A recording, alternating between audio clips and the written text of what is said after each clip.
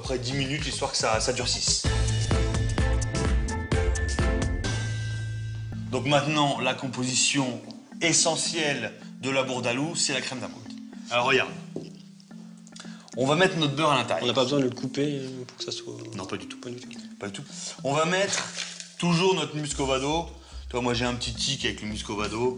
J'aime bien ça. Ouais, il a J'en une mets à bonne, peu il a près. une bonne odeur en plus. Je mets partout. Voilà. On va mettre toujours un petit peu de sucre, parce que bon, le muscovado, ça viendrait un petit peu trop typer l'histoire. On va faire tourner ça pour mélanger tout ça ensemble. On a une petite crème de beurre au sucre. Maintenant, on va mettre les œufs. Et là, on va laisser monter un petit peu ça. Ça va bien mélanger, bien foisonner. Alors, les œufs intégrés, on va mettre le mélange d'amandes. Donc moi, j'utilise toujours des amandes brutes qu'on mixe avec de la poudre d'amande.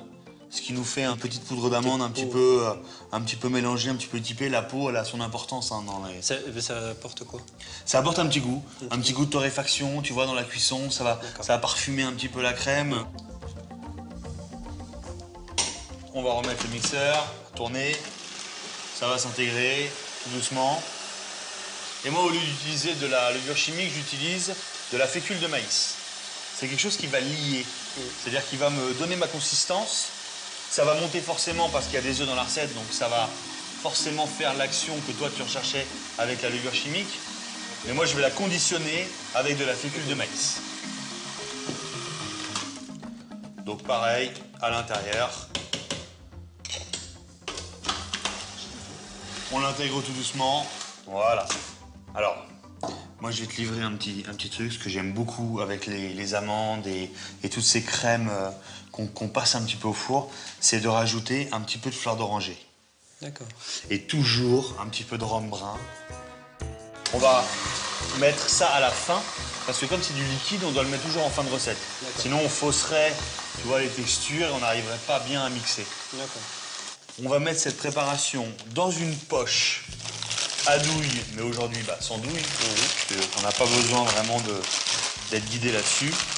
Donc on va y aller comme ça, tu vois, avec le bol du batteur. Alors David, tu vas me couper un petit bout de la poche ici. Voilà, parfait. Et regarde ce qu'on va faire.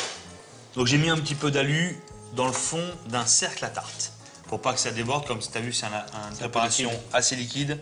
Et regarde, on va les remplir, donc une grosse moitié. Donc on va pas prendre le risque que ça sorte trop. Que ça sorte trop, voilà, exactement.